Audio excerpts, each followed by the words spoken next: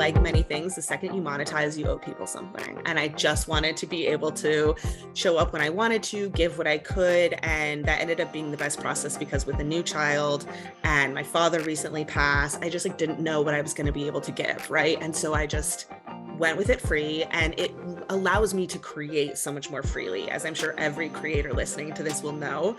The second you put a price tag to something, somehow you're stifled. Well, hi, y'all. Welcome back, and welcome to No Surprises, a look inside the ambitious, joyful, and occasionally terrifying journey of creators. We are here, I believe, right now. We are in the days of our 7th episode right now of season 2. And we're getting like so much amazing, great, I guess we use the term like nuggets of wisdom from every single one of our speakers. And we are absolutely thrilled to welcome today's speaker, who came to us from one of our lead developers and art directors at Week the Website, Alex Lucky. So I always love finding new people on the internet, and this was absolutely incredible to find. Yeah, it was a joy. I will say yesterday after we recorded our podcast, I was obnoxiously peppy in our shared office space because I just had such a great time. And I feel like that's been the best part of this is like, of course I love talking to you, Mal, but it's really, really fun to get to talk to people outside of our little bubble. And Sonia Elyss is no exception. Sonia is a beauty and wellness marketing strategist that speaks, educates, consults, and advises on social media, content marketing, paid social, influencer, and content marketing, as well as analytics and marketing systems at scale. She is the founder of Round 12, a collective of entrepreneurs that have come together to create the ultimate resource center for any client. Sonia Elyss founded Round 12 with the intent of creating a more sustainable lifestyle for content teams while providing a high-touch strategic process for clients. So it sounds like we are very aligned in terms of like how we think about working with clients, working with teams. Like I said, we're super happy to have you. And Sonia, we're just so excited to hear a little bit about your work and how you got started. Thank you. I'm super excited to be here. Appreciate you having me on. Yeah, it's really fun. So let's dive into this because I can't stop saying that it's no, I do too. I was gonna start the same way. Let's dive in. I have a sticker that I just made that I just designed that says "Let's dive in" because I can't. Oh my gosh. I kind of want to print it for everybody, but you should. I actually have personalized stickers, a personalized sticker sheet instead of a business card. That's brilliant. That's brilliant. That. Thank you. So you started Round 12, and the idea was that you would be able to live an independent life, but also provide really creative solutions for clients. Maybe you could start by telling us a little bit about Round 12 and how you've been able to sustain that so far. Sure. So I launched Round 12 6 years ago. I was coming out of an extensive period at a large PR agency where I was the head of digital for 5 years. It involved a ton of travel, a very big office space in Soho and Beverly Hills, and a huge team. And we were servicing incredible clients there.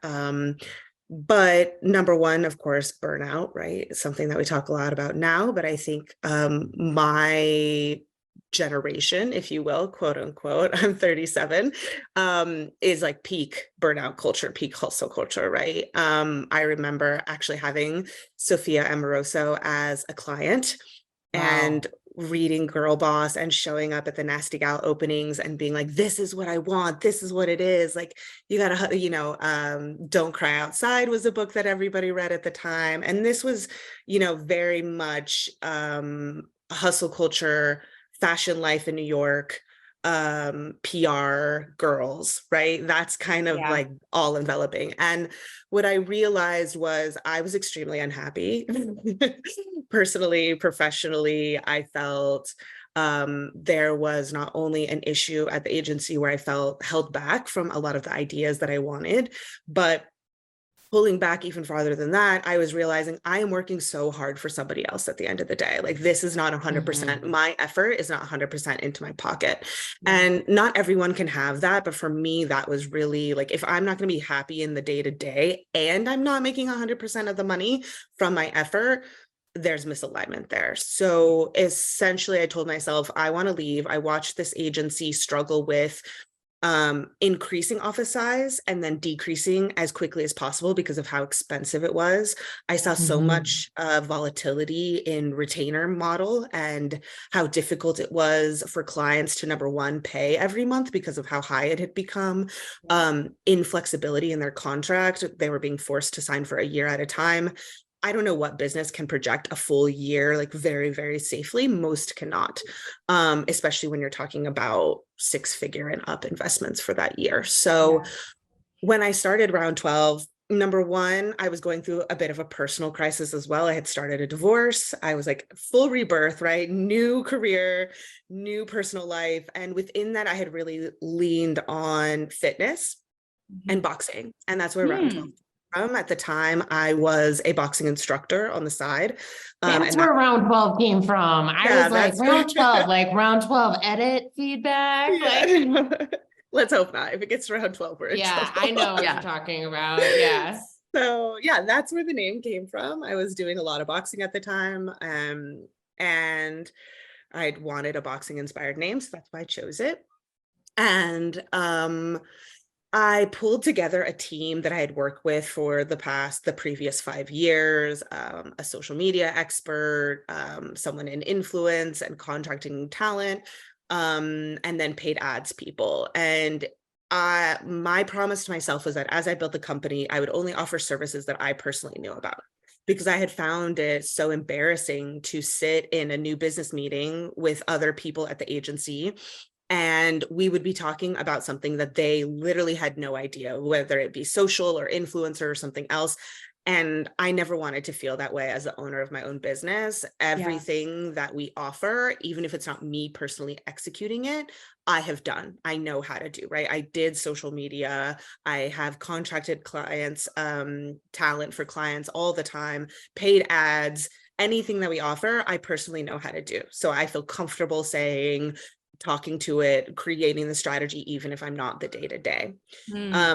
In addition to that, I never wanted office space. I never took office space. To this day, we never have it. And that was a huge blessing, of course, come 2020, COVID lockdown. I had nothing that I had to get rid of. We were all working from home, and we'd meet occasionally, either phone calls or in person, very flexibly. And then lastly was that I wanted the business model to be able to be flexible with the clients, right? I told them 30-day out. If you need out before then for some reason, if you're unhappy, if I'm unhappy, let's just part ways amicably. I don't want there to be litigation. I don't want to be trying to force you to stay.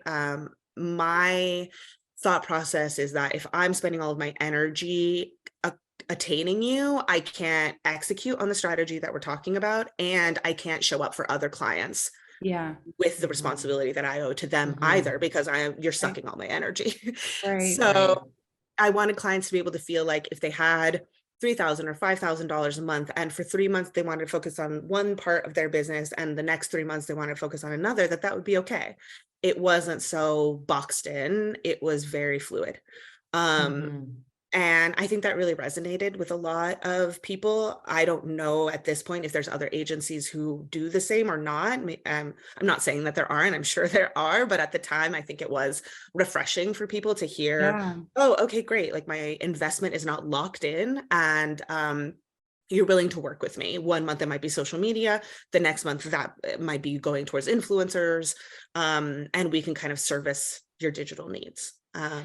I feel like there's so much of that that feels mirrored in how Mal and I have thought about that from like the web design side too, because so much of those processes, like what people experience, I don't know, it's terrible. They come to us and they're like, I've already spent 5 figures on a site I hate and can't use, and they wouldn't give me any of the files. And you're just like, what kind of business are people running? It's just like it feels like a tough thing to wrap your head around. And I'm curious if you have gotten pressure from other people when they hear about your business model, they hear about your approach. Do you get pushback from people who don't understand the why behind how you've created your business?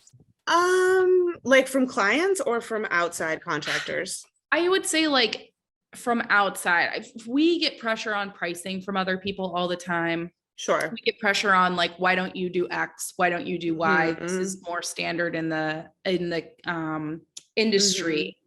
And for us, it's always this interesting ebb and flow of like, okay, like, is that a good idea? Is that useful to our business? Or does this person just not get what we're trying to do? And I'm curious if you experience that at all as well, or if people really just lean into it and go like, oh yeah, this is cool. This is really different.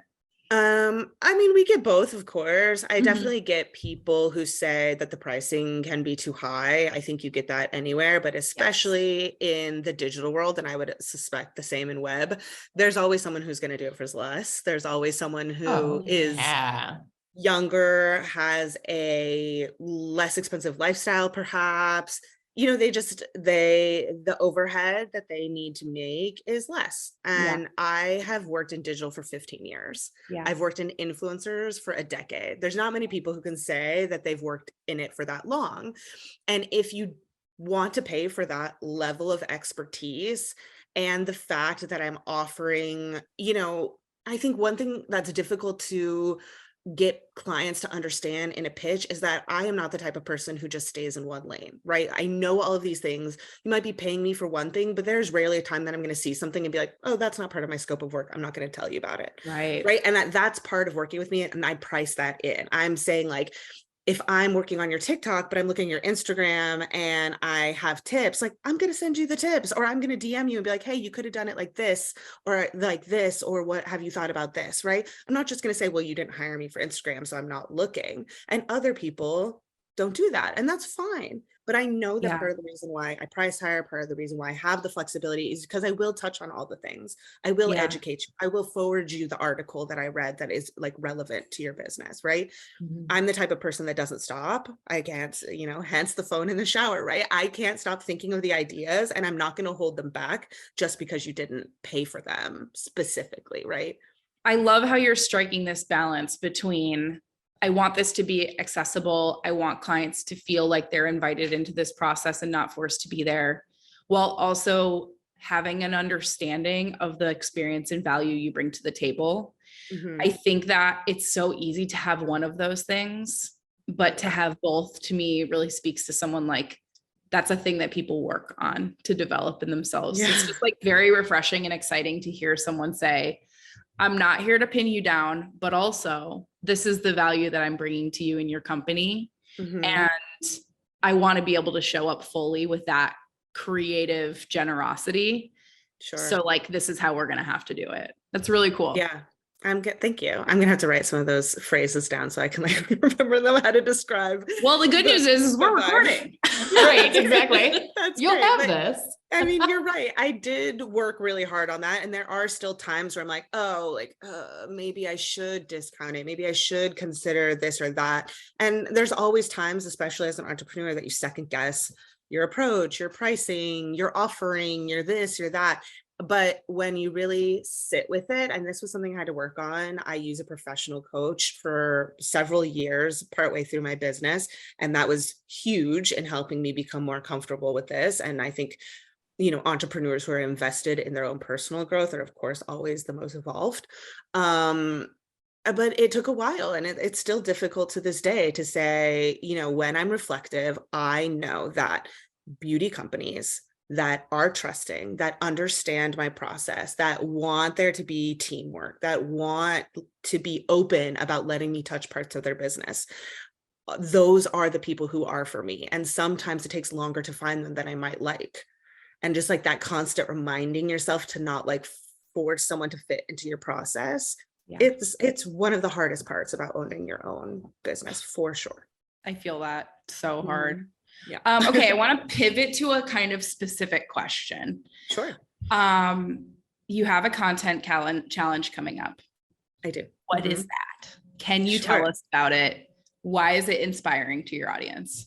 Yeah. So about right before I gave birth to my son, so last October, I started playing with the idea of creating a community. I have worked in influencer marketing, as I mentioned, for 10 years.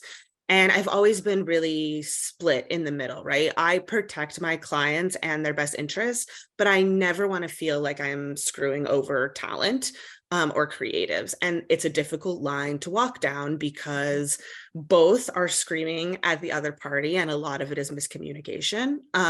There's a lot of issues in this industry where there's a lack of respect for each other's parties, right? Many creators feel like they're being taken advantage of. Many businesses feel like the creators are not bringing what they should be to the table, and both issues are valid. And so when I wanted to build this community, I thought about it from who most needs my help. I'm already helping clients and businesses in terms of how they approach creators. But how can I mentor the creators to come to the table better in their partnerships in a way where they feel supported and seen and inspired? And so I created Lip Service, which is a text community. It's free. There's been a ton of times where people have said, why don't you monetize the community? I just, like many things, the second you monetize, you owe people something. And I just wanted to be able to show up when I wanted to, give what I could. And that ended up being the best process because with a new child and my father recently passed, I just didn't know what I was going to be able to give, right? And so I just went with it free, and it allows me to create so much more freely. As I'm sure every creator listening to this will know, the second you put a price tag to something, somehow you're stifled. So it's so true. All of a sudden Yeah. you're like, oh God, I don't want it. It's just not the same. It's not the same. But when it's free, you're like, I have a million ideas. Yes. And you can play it So out because it's a playground, and that's what it's kind of there exactly. for. Yeah. So I launched the community, and I really started it on TikTok and started to make videos letting people know tips about influencer marketing that were specific to the beauty industry.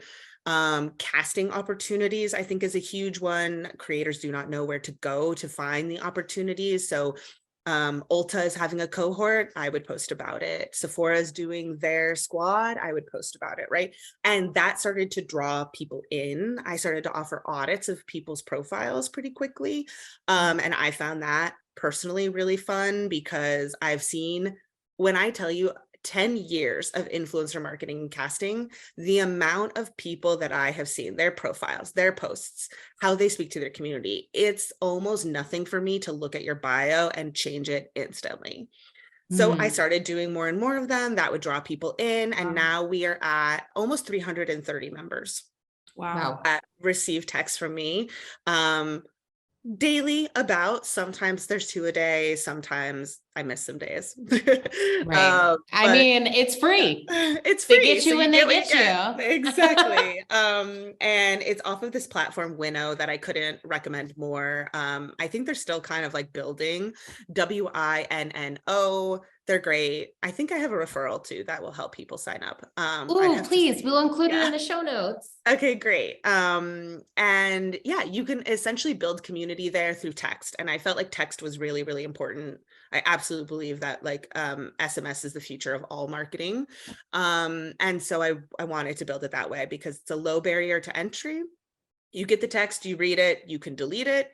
Or if they respond, I actually see it and it doesn't come to my actual phone. It's like a web-based interface. So also low pressure, right? I get the notifications and I can check it and respond when I feel like it. So I started with that, and I've had some opportunities for them to attend Zoom type events. I had some legal counsel come and give them tips. We talked about pricing one time. They're able to send me links and all types of things, right? So we have a bit of a community feel back and forth.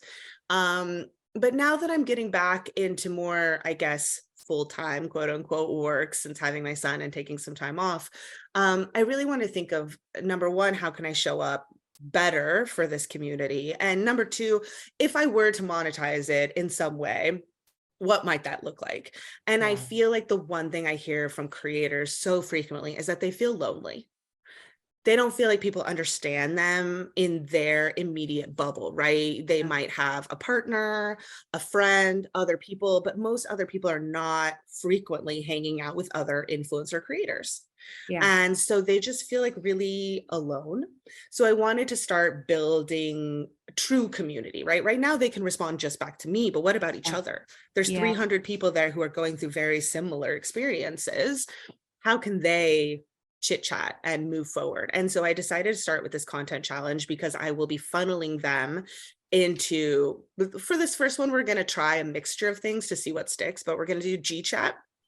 I'm going to try Instagram green circle DM, something in there.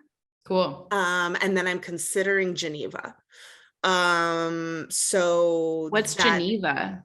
Geneva is an app that brands or just like general locations can build a community where you can like send videos and chat back and forth. There's a great article about how beauty brands are using Geneva for Gen X like community building. And they put like their top tier community people in there and they let them, you know, go to product launches, help develop product, get these special events. There's a lot of cool stuff happening on it, but it's another app that people have to go onto. So sometimes I'm weary about that. So the content challenge is really similar to the daily text that I send, but I think there's more accountability, more opportunity for me to speak directly to them, and more opportunity for them to collab within the group, which is what I'm really hoping for, is that when people start to comment back to the prompts, that since they all will be able to see them, they'll be more excited about what they're seeing and have more of a conversation amongst themselves. Wow. Yeah. Man, that is really I cool. love I feel like community is becoming so important these days. And every single time we talk about like what's on the horizon, communities come up so much. Sure. I have a guilty pleasure question. Yeah. You have been talking a lot in your Instagram videos, et cetera, about de-influencing. Sure. Which in your world, working with creators is, I would have to say, maybe a little bit challenging. Tell me a little bit more about what is de-influencing and how it's been impacting your creative process. How are you coaching your clients through this? All that fun stuff. Yeah, so de-influencing, I think, really started as a movement at the beginning of this year or / end of last year. The way I explain it is that at the end and beginning of each year, you start to have like a reflection of the things that you purchased, your habits, just anything that has to do with consumption, really, as like a broader term. A lot of people want to create new habits with money, with purchasing, all of that good stuff. And I think that really caught fire on TikTok, looking at how much unnecessary spending people had and where was that coming from. And I think a lot of it is coming from influencing. And that's not necessarily at the fault of the influencer, right? It's part of their job to promote products. So again, like most things, I approach this it's 50-50. The influencer should be mindful about what they're influencing about. But the consumer cannot just blame the influencer, right? A consumer also needs to take stock of what they already own, what they actually need, and their budgetary restrictions, right? So it's both coming together and I really think it's about being more mindful overall, right? More mindful of not everything is you need to have this statement.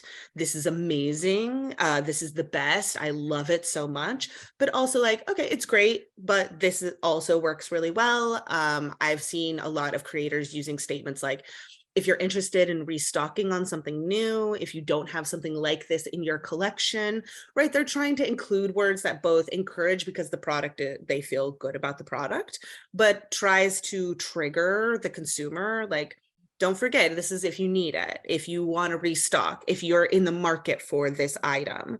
And I saw it a lot around the Sephora sale, and I think the Nordstrom sale as well, where people were more mindful and said, I'm only going to give you the top picks.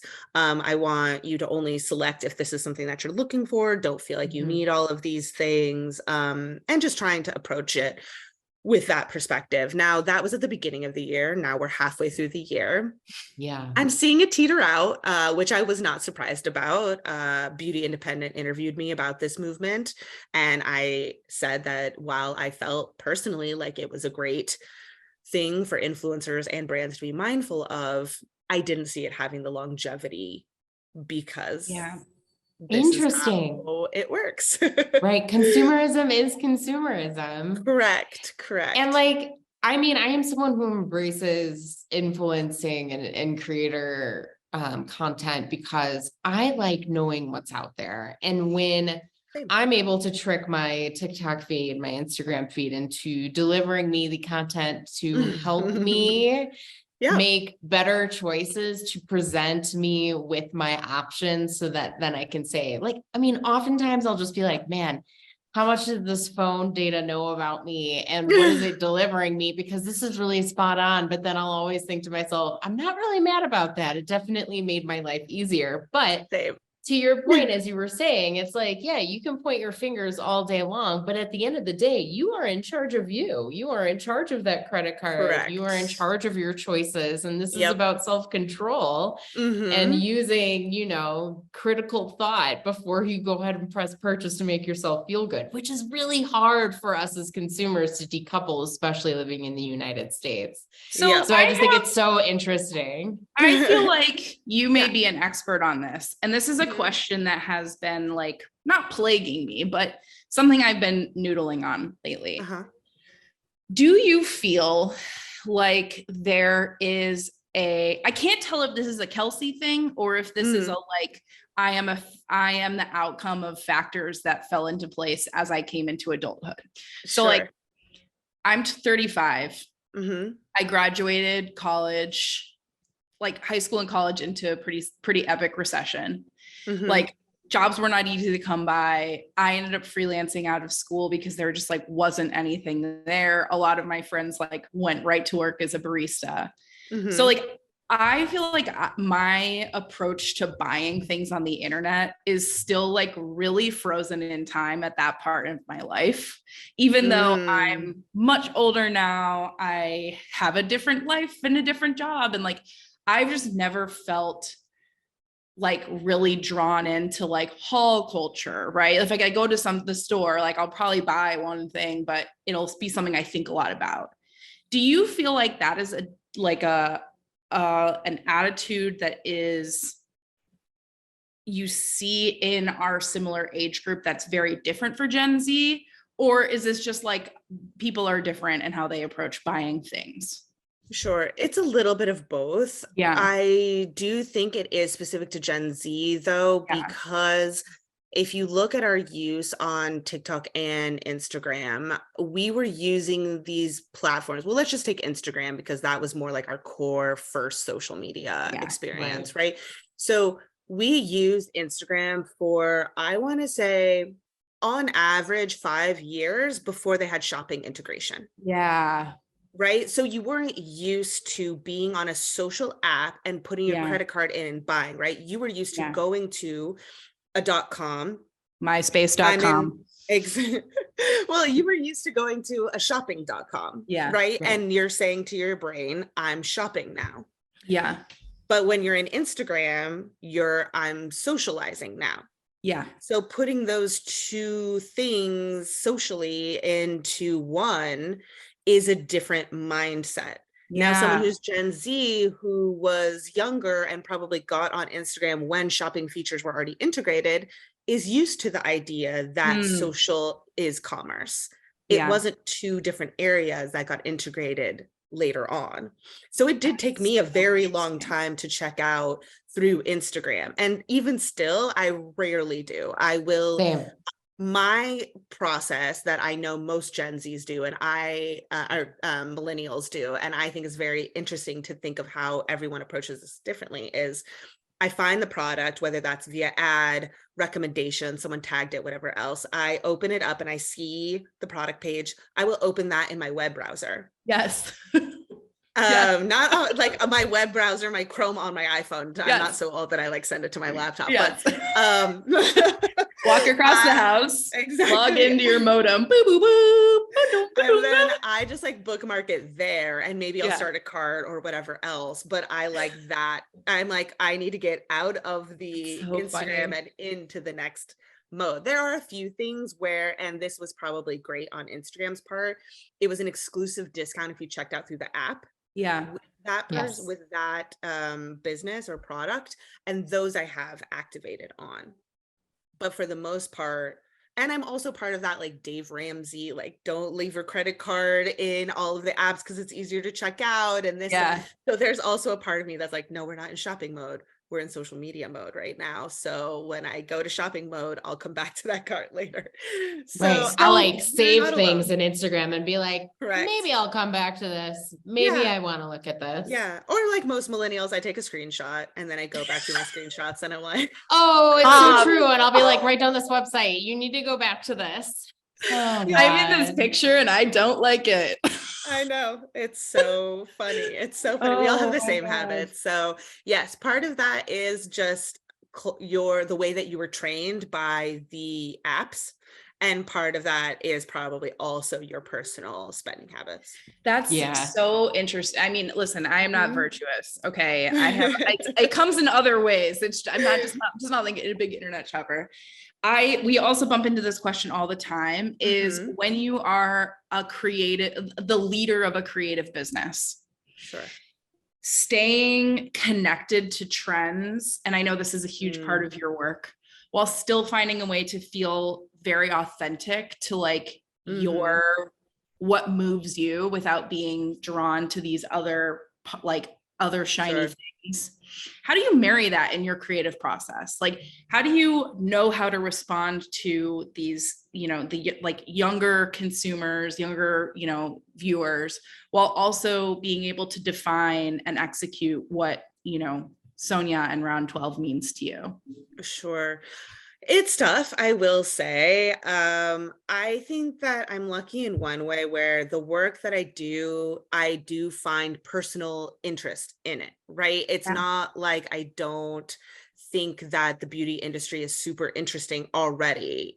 That learning more about it is part of what is fulfilling me, whether that be learning more about it from what people of my own age are doing right now. I'm actually most interested in what people 40 to 60 are doing. That is like really so interesting for me to like dig into. I heard it's becoming a crop of really like successful influencers too. Yes, there's just a New York Times profile about this. Let's go, Mom. I know, right? Something. I know. I want my mom to become a gardening influencer. She's like, me too. Yes. So good at gardening. But yeah, I think it is really difficult. And part of it is being mindful while you scroll, right? Like what am I scrolling for right now? Like during the day, I know that most of the time I'm scrolling for a purpose that is client or professionally related. Either I'm creating content for promotion or I'm doing research content, right? My brain is trying to stay focused on that. Although it's so easy, of course, to diverge and you're like somewhere deep down the rabbit hole. But then at night, I kind of let myself spiral more and just turn off the brain that's like thinking of the ideas and just consume. But it's difficult, right? It's difficult to say like, what am I personally interested in versus what is this? And because your work can become your everything, especially when you like your work so much, an right? entrepreneur. It's you're very interested in these things. So it is really difficult. But I think it's about being mindful about it. Some people create a second account. I have a second TikTok account where I try to not consume any beauty content and just see what else comes through. I don't log into it as frequently. But yeah, I mean, I think that you have to go with what feels good for you. And sometimes it's like, I need to actually read. I need an audiobook now. I need to turn on Netflix instead of like opening up the apps, right? So it's kind of Yeah. finding that balance as well also. Yeah. is And your really phone can helpful. let you know when you're burning Yeah. a little bit too much. The moment's Your like, let's phone can Instagram. definitely let you know. For Speaking sure. of social media, Mhm. one of the things that I love the most about, perusing through your social, because it's something that I have to be aware of too on the day to day, is that you talk about using social media to heal, or healing through social media. Mhm. Tell me a little bit about how you personally feel about that and how you bring that to life.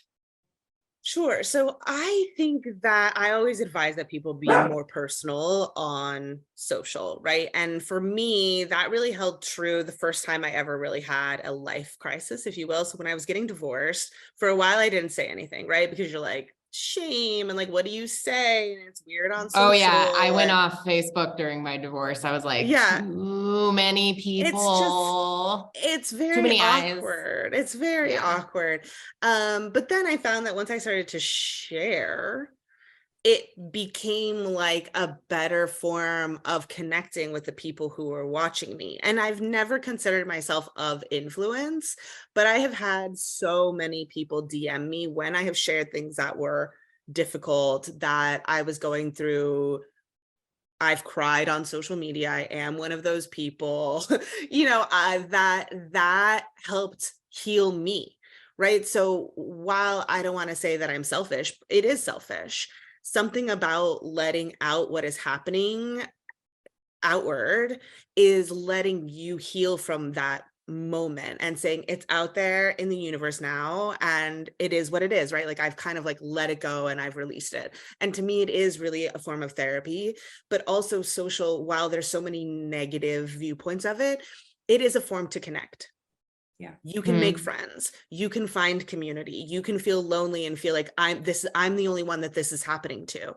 And no, that's not true. Like my father recently died, and another person that I have known for many years, I did not realize, but she messaged me that she was having a really difficult time. And I said, what's going on? Do you want to talk about it? Her father and my father died 1 week apart. And it was like, I would not have Wow. known that. Yeah. And this Right. was like through Instagram DM, right? And not everyone feels comfortable with that form of sharing. And that's totally okay. I don't think that everyone needs to go onto the internet and like let out all of their feelings. And it's also not to say that I Right. share every nook and cranny of my distress Right. there You keep a either. little bit behind the curtain. Of course, but there is something I think cathartic, especially for people who are in a creative field, to communicate what's happening with them openly and let people feel like it's a safe space for them to communicate back however much they feel like sharing. Right. And I actually did a whole podcast about this because it opens up, many other bullet points about, what do you then owe the community? Now, my community is small, but if you have a very large community, what do you then owe them in return when they start responding Right. about depression or anxiety or It's a really losing a good parent point. or whatever else? Like, what do you then owe them? What are you taking on? So I think also being mindful about what I share and what I send out, there's going to be something that I'm receiving back. And how do I plan on handling that? Right. When you open yourself up, you open yourself up to the good and the bad. Yeah, And there are going to be that as well. comments of both. Yeah. I don't know about you, but yeah. But yeah, like, I think it's a really interesting point. I am aligned with you in knowing that anytime I've shown any vulnerability on social media, I've always received a DM of someone going through something similar. Mhm. I am the opposite of someone who shares a lot. I do not like my private life being on a public scale. Like I did not Mhm. talk about my divorce. I wrote around it, but I refused Mhm. to like write about it. And, Sure. but there are a lot of people who still will reach out to me and I will be like, let's talk, because Mhm. it's so rare. Like we don't know what's going on in everyone's lives. Sure. And it's a really, really great way to, again, like when you are creative, and I think everyone's creative, but like Mhm. healing through creativity. That's why things like art therapy exist. And I always say, I'm like, I For am my sure. most creative when I am sad. When I am sad, I can pump things out. Like There you I'm go. drawing things and I'm like, I didn't even know I had this in me, but boy, I'm Mhm. sad. I'm just going to put it on the paper. But it's so true, like writing and connecting Sure. with people and finding those communities. Mhm. I mean, social media is honestly, Yeah. in this day and age, we are way more digital. It's an expected pathway for this sort of evolution of ourselves. Yeah, and I would also say that sometimes I'm not even sharing something specifically, right? I just share Yeah.